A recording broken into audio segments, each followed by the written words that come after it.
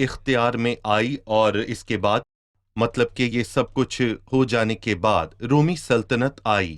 مطلب کہ اس نے ہندوستان سے کوش یا ایتھوپیا جی تک 127 صوبوں پر سلطنت کی، مطلب ایتھوپیا تک۔ بھائی افراہیم، میں کچھ آیات پڑھ کر آپ سے سوال پوچھوں گا۔ پہلا باب، اکسوریس کے دنوں میں ایسا ہوا، یہ وہی اکسوریس ہے جو ہندوستان سے کوش تک 127 صوبوں پر سلطنت کرتا تھا، کہ ان دنوں میں اکسوریس بادشاہ اپنے تخت سلطنت پر جو کیسر سوسن میں تھا بیٹھا، تو اس نے اپنی سلطنت کے تیسرے سال اپنے سب حاکموں اور خادموں کی ضیافت کی، اور فارس اور مادی کی طاقت اور صوبوں کے عمرا اور سردار اس کے حضور حاضر تھے۔ تب وہ بہت دن یعنی 180 دن تک اپنی جلیل القدر سلطنت کی دولت اور اپنی اعلی عظمت کی شان ان کو دکھاتا رہا۔ 8ویں آیت، اور مینوشی اس قاعدے سے تھی کہ کوئی مجبور نہیں کر سکتا تھا، کیونکہ بادشاہ نے اپنے محل کے سب عہدیداروں کو تاکید فرمائی تھی کہ وہ ہر شخص کی مرضی کے مطابق کریں، اور وشتی ملکہ نے بھی اکسویریس بادشاہ کے شاہی محل میں عورتوں کی ضیافت کی۔ 7ویں دن جب بادشاہ کا دل میں سے مسرور تھا، تو اس نے ساتوں خواجہ سراؤں یعنی مہمان اور بزتا اور خربونہ اور بختہ اور ابختہ اور زرتار اور کرکس کو، جو اخویریس بادشاہ کے حضور خدمت کرتے تھے، حکم دیا کہ وشتی ملکہ کو شاہی تاج پہنا کر بادشاہ کے حضور لائیں، تاکہ اس کا جمال لوگوں اور عمرہ کو دکھائے، کیونکہ وہ دیکھنے میں خوبصورت تھی۔ لیکن وشتی ملکہ نے شاہی حکم پر جو خواجہ سراؤں کی معرفت ملا تھا آنے سے انکار کیا، سو بادشاہ بہت جھلایا اور دل ہی دل میں اس کا غضب بھڑکا۔ تب بادشاہ نے ان دانشمندوں سے جن کو وقتوں کا امتیاز تھا پوچھا، کیونکہ بادشاہ کا دستور سب قانون دانوں اور عدل شناسوں کے ساتھ ایسا ہی تھا، اور فارس اور مادی کے ساتوں امیر یعنی کارشینا اور ستار اور ادماتا اور ترسیس اور مرس اور مرسنا اور مموکان اس کے مقرب تھے، جو بادشاہ کا دیدار حاصل کرتے تھے اور مملکت میں صدر نشین تھے، کہ قانون کے مطابق وشتی ملکہ سے کیا کرنا چاہیے، کیونکہ اس نے اخویریس بادشاہ کا حکم جو خواجہ سراؤں کی معرفت ملا نہیں مانا ہے۔ اور مموکان نے بادشاہ اور امیروں کے حضور جواب دیا کہ وشتی ملکہ نے فقط بادشاہی کا نہیں بلکہ سب عمرہ اور سب لوگوں کا بھی جو اخویریس بادشاہ کے کل صوبوں میں ہیں قصور کیا ہے، کیونکہ ملکہ کی یہ بات باہر سب عورتوں تک پہنچی، جس سے ان کے شوہر ان کی نظر میں ذلیل ہو جائیں گے۔ جب یہ خبر پھیلے گی کہ اخویریس بادشاہ نے حکم دیا کہ وشتی ملکہ اس کے حضور لائی جائے، پر وہ نہ آئی، اور آج کے دن فارس اور مادی کی سب بیگمیں جو ملکہ کی بات سن چکی ہیں بادشاہ کے سب عمرہ سے ایسا ہی کہنے لگیں گی۔ یوں بہت حقارت اور طیش پیدا ہوگا۔ اگر بادشاہ کو منظور ہو تو اس کی طرف سے شاہی فرمان نکلے اور وہ فارسی اور مادیوں کے آئین میں مندرج ہو، تاکہ بدلا نہ جائے کہ وشتی ملکہ وشری اخویریس بادشاہ کے حضور پھر کبھی نہ آئے، اور بادشاہ اس کا شاہانہ رتبہ کسی اور کو جو اس سے بہتر ہے عنایت کرے۔ یہ ایک دلچسپ کہانی ہے۔ بھائی افراہیم، مجھے یہ بتائیے کہ بادشاہ نے یہ ضیافت کیوں رکھی جو 6 مہینے یعنی 180 دن تک چلتی رہی؟ 180 دن کیوں؟ اس نے سب حاکموں اور خادموں کو جمع کیا اور 180 دن تک ضیافت کی، تاکہ یونان پر حملہ کرنے کے لیے راضی کرے اور اپنی شان و شوکت ان کو دکھائے۔ یہ تاریخ ہے، اس کا ذکر اس باب میں نہیں۔ جی، یہ تاریخ موجود ہے، اور تاریخ میں لکھا ہے کہ اس کی سلطنت اور یونان کے بیچ 490 قبل از مسیح میں جنگ ہوئی، جس میں اخویریس کے باپ کو شکست ہوئی، تو شاید وہ اپنے باپ کا بدلہ لینا چاہتا تھا۔ اس نے ضیافت کے ذریعے اپنی شان و شوکت دکھائی، پر خدا کا ہاتھ اس منظر میں موجود تھا، کیونکہ یہ آخری مرحلہ تھا۔ اس کے بعد سلطنت فارس کے کھنڈرات پر یونان کی سلطنت قائم ہوئی۔ بھائی، کیا یہ ضیافت اس لیے تھی کہ مادی اور فارس اور یونان کے بیچ جنگ پر رائے لے لی جائے؟ تو بھائی فیاض، ایسی ضیافت جو کچھ دن نہیں بلکہ 180 دن چلے اور پھر اس کے بعد 7 دن اور چلے، اس کے بعد 7 دن اور اور اس تھے۔ کے علاوہ وشتی ملکہ نے بھی عورتوں کے تو لیے ضیافت کی تھی۔ یہ ایک ضیافت 180 دن اور مزید 7 اور عورتوں کی ضیافت، اور پھر اس ضیافت کے آخر میں بادشاہ اور ملکہ الگ ہو گئے۔ مجھے بتائیے کہ آدمیوں کی ضیافت کیسے ہوتی تھی؟ ایک قانون کہتا ہے کہ شریروں کی فتح بس چند روز ہے، اور خدا یہ فرماتا ہے کہ شریروں کی سلامتی نہیں۔ زمین خوشی کا آخری دکھ ہے، مثلاً بیل شزر کی ضیافت کا اختتام اس کی سلطنت کے زوال سے ہوا، اور دانیل نے بتایا، یعنی تو ترازو میں تو لایا گیا پر کم نکلا۔ ہیرودیس نے جو ضیافت رکھی وہ بری طرح سے ختم ہوئی، کیونکہ میں یہاں پر یہ کہنا چاہوں گا کہ یوحنا بپتسمہ دینے والے کا سر کاٹا گیا، اور لڑکی نے اپنی ماں کے سکھانے سے یہ کہا کہ مجھے یوحنا بپتسمہ دینے والے کا سر تھال میں یہی منگوا دے، اور دنیا کی خوشی کا اختتام یہاں ہوتا ہے۔ اور اس سب کے بعد یہ واضح ہے کہ دنیا کا نظام ایسے ہی چلتا ہے، مطلب دنیا ایسے ہی چلتی ہے۔ بھائی میں کہنا چاہوں گا کہ یہ تباہی کی دنیا ہے۔ یہاں پر ہم ایک چھوٹا سا وقفہ لیں گے اور پھر مہمانوں کے سوالات کے ساتھ حاضر ہوں گے۔ ناظرین، ایک چھوٹے سے وقفے کے بعد دوبارہ حاضر ہوں گے۔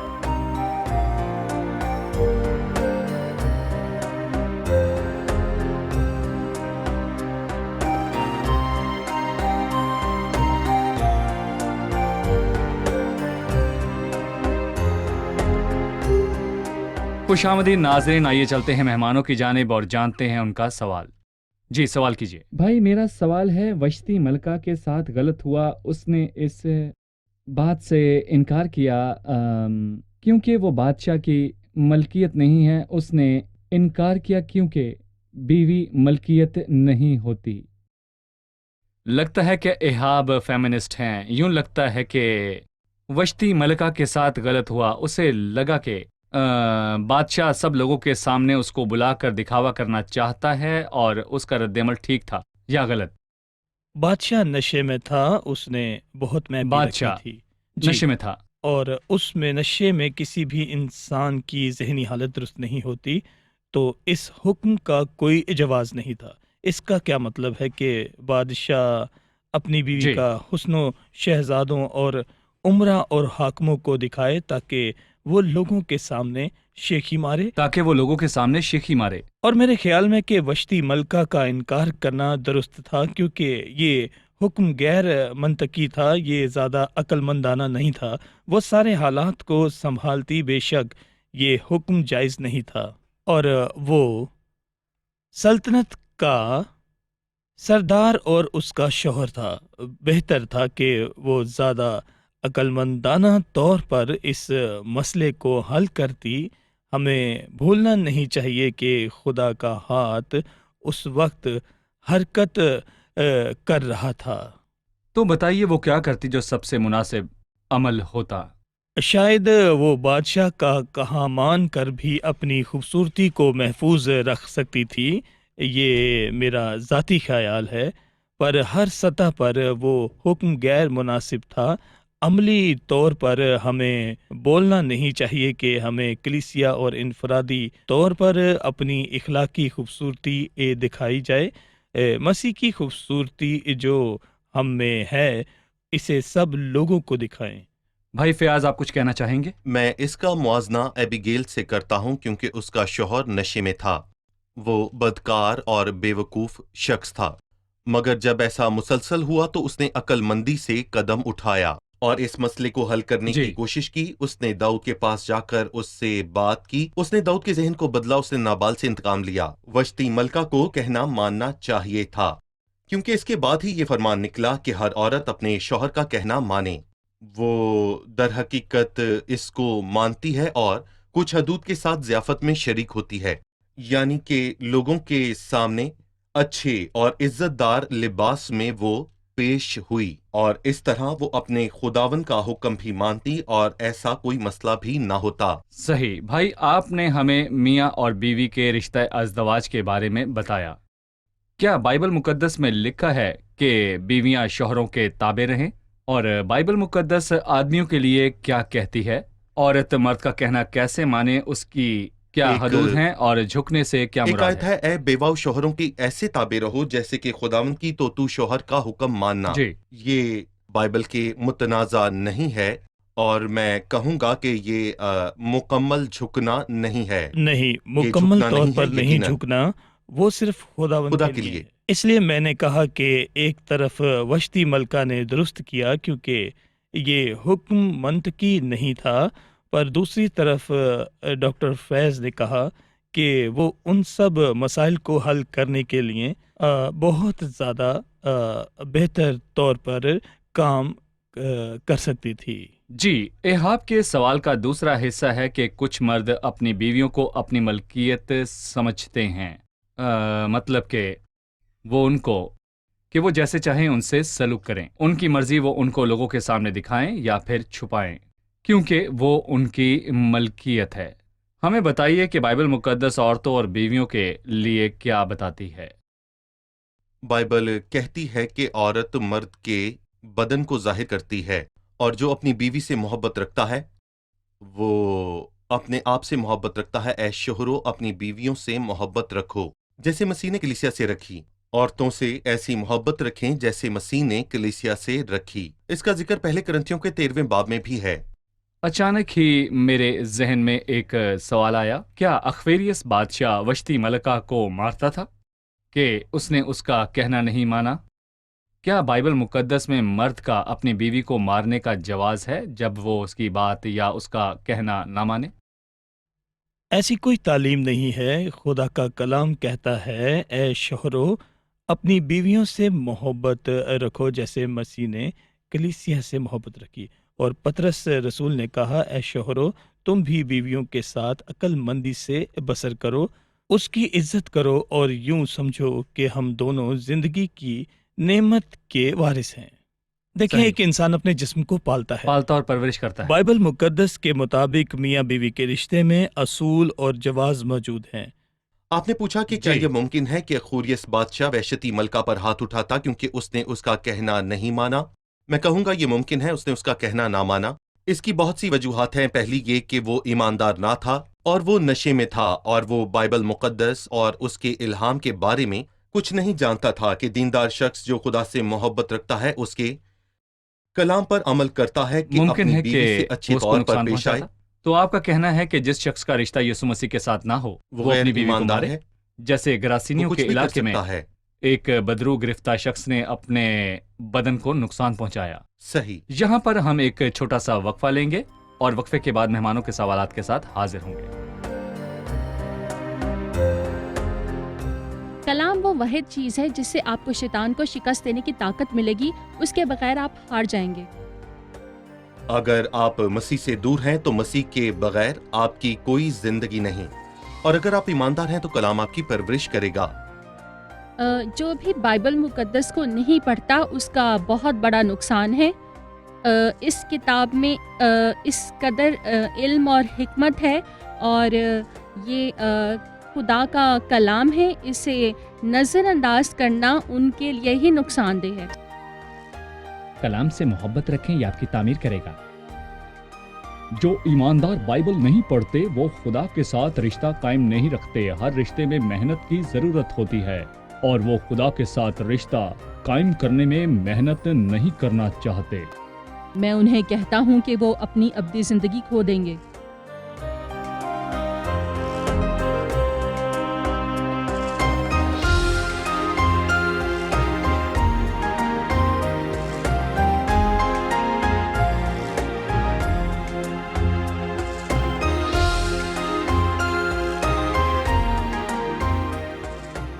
خوش آمدید ناظرین، آئیے چلتے ہیں مہمانوں کی جانب اور جانتے ہیں ان کا سوال۔ میرا سوال ہے کہ اس باب میں یہ کہانی یوں بیان ہوئی ہے کہ جیسے کسی نے محل میں ہوتے ہوئے یہ سب دیکھا، کیا اس کتاب کا مصنف وہاں موجود تھا؟ اس کتاب کا مصنف کون ہے؟ کیا وہ ان لوگوں میں سے ہے جنہوں نے محل میں ہوتے ہوئے یہ سب واقعات دیکھے؟ میرا خیال ہے کہ یہ کتاب مردکی نے لکھی ہے۔ اس کا ثبوت ہمیں 9 باب کی 20ویں آیت میں ملتا ہے، حالانکہ یہ پختہ ثبوت نہیں ہے۔ اور مردکی نے یہ سب حصول لکھ کر ان یہودیوں کو جو اخویریس بادشاہ کے سب صوبوں میں کیا نزدیک کیا دور رہتے خط ان کو بھیجے۔ ضروری نہیں کہ کتاب کا مصنف ان واقعات میں وہاں موجود ہو۔ بائبل فرماتی ہے کہ آدمی روح القدس کی تحریک کے سبب سے خداوند کی طرف سے بولتے تھے۔ روح القدس نے یہ خیال اور الفاظ دیے، ورنہ موسیٰ اتنے سالوں بعد تخلیق کے بارے میں نہ موسیٰ لکھتا تخلیق کے وقت موجود نہیں تھا، اور نہ ہی پالوس نہ باغ لکھتا۔ عدن میں تھا۔ پالوس نے ان لوگوں کے ناموں کا ذکر کیا جنہوں نے اس کی مخالفت کی جبکہ وہ وہاں نہیں تھا۔ روح القدس نے ان کے ذریعے اس کو لکھا، اور اس لیے ضروری نہیں کہ وہ اس سب کا تجربہ حاصل کرے۔ ضروری نہیں۔ جی ٹھیک ہے۔ ڈاکٹر فیاض، میرا ایک سوال ہے کہ اتنی بڑی ضیافت کے بعد عوامی رائے کا مسئلہ آیا، میاں اور بیوی کا اختلاف 127 صوبوں کے لوگوں کی رائے کا مسئلہ بن گیا۔ جی، ملکہ نے بادشاہ کی بات نہیں مانی، ان کا رشتہ ٹوٹ گیا اور بادشاہ کو مموکان نامی ایک دانا نے رائے دی۔ مجھے اس رائے کے بارے میں بتائیے، وہ رائے کیا تھی؟ دراصل بادشاہ کا مسئلہ یہ تھا کہ دراصل وہ بادشاہ اس وقت نشے میں تھا، اور بادشاہ بہت ہی گرم مزاج تھا، اور بادشاہ نے غصے میں بادشاہ نے مسئلہ بنا دیا، اور جو اپنی روح پر قابو رکھتا ہے اس سے بہتر ہے جو شہر کو لے لیتا ہے، اور جو اپنے نفس پر ضبط نہیں وہ بے فصیل اور مسمار شدہ شہر کی مانند ہے۔ اس نے اپنے خاندانی مسئلے کو لوگوں کے سامنے لا کر اسے عوامی رائے بنا دیا۔ کبھی کبھی ہم بھی ایسا کرتے ہیں، میاں بیوی کا ایک سادہ سا مسئلہ ہوتا ہے لیکن اس کا سارے خاندان کو پتہ چل جاتا ہے۔ میں کہوں گا کہ میاں بیوی کی بات لوگوں کو نہ بتائیں، بلکہ میں کہوں گا کہ یہ ان کی بات ہے جو ان کے بیچ میں ہی رہے تاکہ مسئلہ حل ہو۔ پر جب یہ مسئلہ ایک عوامی رائے بن گیا تو لوگوں نے اس میں خامخواہ کی مداخلت کی، انہیں اپنا اور خوف تھا۔ پر یہاں پر سب سے بڑا مسئلہ یہ ہے کہ ایک خاندانی مسئلے سے پورے ملک میں فرمان جاری ہوا، جبکہ دیکھا جائے تو یہ ایک خاندان کا مسئلہ تھا، یہ ایک ذاتی مسئلہ تھا، اور کلام سکھاتا ہے کہ ایسے مسائل میں کیا کریں۔ یہاں پر میں یہ کہوں گا کہ ایک ایماندار اور خدا کے رشتے میں ایسا ہوتا ہے کہ خدا کے کلام میں اصول ہیں کہ خاندان اور میاں بیوی کو کیا کرنا ہے، لیکن افسوس ہے کہ لوگوں کو ایسا لگتا ہے کہ ان کو اس کا حل باہر سے ملے گا، لیکن اس کا یہ طریقہ نہیں ہے۔ بھائی، آپ نے جوڑوں کو صلاح دی کہ وہ اپنے مسائل کو اپنے ہی بیچ میں رکھ کر ان مسائل کا حل کریں، جی، اور ان مسائل کا اپنے خاندان اور دیگر لوگوں کو بھی نہ بتائیں، بلکہ ان لوگوں سے صلاح لیں جو روحانی طور پر پختہ ہوں۔ جب مقدسہ مریم کانہ گلیل کی شادی میں تھیں تو انہیں پتہ چلا کہ گھر میں ایک مسئلہ ہو گیا ہے جس کا نتیجہ اچھا نہیں ہے۔ مجھے اس کی 2 باتیں پسند آئیں۔ وہ خداوند یسوع کے پاس گئیں اور انہوں نے کہا کہ ہمارے پاس میں نہیں رہی، اور اس نے اسے جواب دیا کہ ابھی میرا وقت نہیں آیا، اور اس نے خادموں کے پاس جا کر کہا جو کچھ تم سے میں کہوں وہ کرو۔ اگر آپ مسئلے کا حل چاہتے ہیں تو خداوند کو بتائیں، اور جب وہ آپ کا مسئلہ سن لے اور آپ کو بتائے کہ کیا کرنا ہے تو اس کا حکم مانیں اور اس کا کہنا مانیں تو سارے مسئلے حل ہو جائیں گے۔ مہمانوں میں سے کوئی کچھ کہنا چاہتا ہے؟ ہم نے کہا کہ وشتی ملکہ نے اپنے شوہر کا کہنا نہیں مانا جبکہ وہ ایسا کر سکتی تھی۔ کیا نافرمانی الگ ہونے کی وجہ ہو سکتی ہے؟ نہیں تو الگ ہونے کی کون سی وجوہات ہیں؟ جی، کیا نافرمانی الگ ہونے کی وجہ ہو سکتی ہے؟ طلاق کی کیا وجوہات ہیں عام طور پر؟ دیکھیں، شادی کا ایک الہی قانون ہے، اس واسطے مرد اپنے ماں باپ کو چھوڑے گا اور اپنی بیوی سے ملا رہے گا اور وہ ایک تن ہوں گے۔ اس لیے جسے خدا نے جوڑا ہے اسے آدمی جدا نہ کرے، اور بائبل میں یہ آیت پیدائش سے افسیوں تک 7 مرتبہ آئی ہے۔ مطلب کہ یہ واضح ہے کہ مسیحت میں کثرت ازدواج موجود نہیں۔ اسی سبب سے آدمی باپ اور ماں سے جدا ہو کر اپنی بیوی کے ساتھ رہے گا اور وہ ایک جسم ہوں اور گے۔ کوئی نہیں۔ کثرت ازدواج نہیں بلکہ ایک آدمی اور ایک ہی عورت ہو اور ان میں علیحدگی نہ ہو، وہ الگ نہ ہو، اور نہ ہی الگ ہونے کی کوئی وجہ موجود ہے سوائے ایک حرام کاری کے۔ جو کوئی اپنی بیوی کو حرام کاری کے سوا کسی اور سبب سے چھوڑ دے اور دوسری سے بیاہ کرے وہ زنا کرتا ہے۔ بس یہی چیز رشتہ توڑتی ہے۔ سر کا بدن سے جدا ہونے کا مطلب اس شخص کی موت ہے نا؟ کچھ لوگوں کا خیال ہے کہ پرانے عہد نامہ میں طلاق موجود تھی، نہیں، نئے اور پرانے عہد نامہ میں دونوں میں کوئی ایسا الہی حکم نہیں جو طلاق کی اجازت دے۔ موسیٰ نے تمہاری سخت دلی کے سبب سے تم کو اپنی بیویوں کو چھوڑ دینے کی اجازت دی، پر ابتدا سے ایسا نہ تھا۔ پرانے عہد نامہ کی آخری کتاب ملاکی کی کتاب میں لکھا ہے، کیونکہ خداوند اسرائیل کا خدا فرماتا ہے، میں طلاق سے بیزار ہوں۔ صحیح۔ پھر طلاق شوہر اور بیوی مسیح اور کلیسیا کے رشتے کی علامت ہے، وہ الگ کیسے ہو سکتی ہے؟ مسیحی شادی میں طلاق کیسے مطلب ممکن مسیحی ہے؟ شادی میں جی بالکل، کثرت ازدواج موجود نہیں، نہ ہی طلاق، کیونکہ ایک سر ہے اور دوسرا بدن، وہ مل کر ایک ہوتے ہیں۔ سر کا بدن سے الگ ہونا ان کے رشتے کی موت ہے۔ چلیے مہمانوں کے پاس چلتے ہیں اور جانتے ہیں انہوں نے آج کیا سیکھا۔ دنیاوی خوشی کی ضیافت کا اختتام دکھ اور مصیبت ہے، جبکہ حقیقی خوشی خداوند میں ہے۔ صحیح، آپ بتائیے۔ ہم نے دیکھا کہ خداوند نے میاں بیوی کے ایک سادہ سے مسئلے کو استعمال کیا اور اس نے پس منظر میں کام کیا تاکہ اس کی پاک مرضی پوری ہو، اور آخرکار آستر ملکہ بن گئی۔ یہ خدا کا اختیار ہے۔ جی صحیح، آپ بتائیے۔ مسیحت میں عورتوں کو عزت دی گئی اور آدم کی پسلی کو نکال کر حوا کو بنایا، یعنی وہ اس کے دل کے قریب ہے اور اسے اس سے محبت رکھنی چاہیے۔ شکریہ، خداوند آپ کو برکت دے۔ خادمین کا بھی شکریہ۔ اگلے پروگرام میں آپ سے پھر ملاقات ہوگی۔ عزیز ناظرین، آج کی قسط میں ہم نے سیکھا کہ 6 مہینوں کی ضیافت جو کہ 127 صوبوں کو بادشاہ نے دی، اس ضیافت میں کئی حاکم اور خادم موجود تھے۔ اس ضیافت کا اختتام برا ہوا اور بادشاہ اور ملکہ کا رشتہ ٹوٹ گیا۔ بہت سی ضیافتوں کا اختتام تباہی پر ہوا۔ یہ سب زمینی ہے، زمین پر خوشی نہیں، یہ دیکھنے میں شاندار ہے، پر یہ سب جھوٹ ہے۔ حقیقی ضیافت انجیل مقدس کی ضیافت ہے۔ خدا آپ کو بلاتا ہے کہ مسیح کے پاس آئیں۔ عزیزو، اس کے پاس جب آپ آتے ہیں تو آپ کو حقیقی خوشی اور تسلی اور اطمینان محسوس ہوتا ہے۔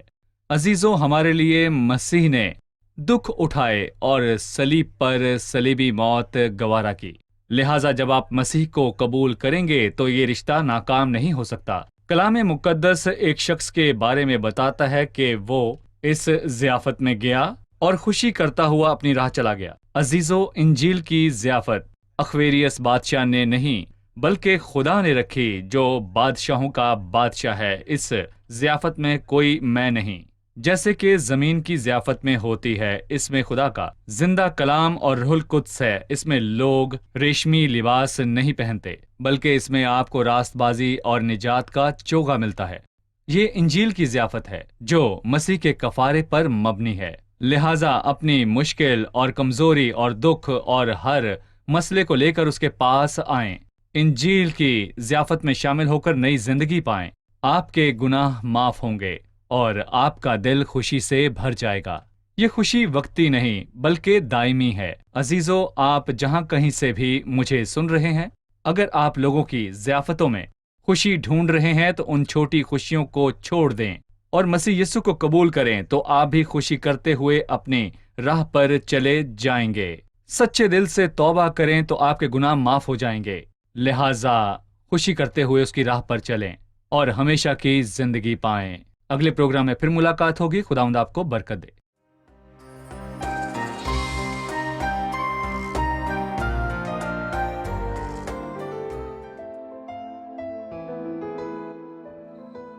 تیرا کلام رہے گا قائم، پہاڑ جب نہ رہے خدایا، تیرے منہ کی ایک بات بھی ٹلے گی نہ، چاہے کچھ بھی ہو۔ تیری مان دیے ہے زندہ، سونے سے بھی قیمتی، میرا دل یہ دے گواہی ہے، یہ کتاب عظیم نازل کرے اپنا کلام، شکستہ دلوں کو سکون ملے، تاریکی دور ہو میری راہیں روشن کر، دل اپنا کلام کثرت سے اے خدا بدل دے، رہائی دے کثرت سے پھل ملاؤ۔ کلام رہے گا قائم، پہاڑ جب نہ رہے خدایا، تیرے منہ کی ایک بات بھی ٹلے گی نہ، چاہے کچھ بھی ہو۔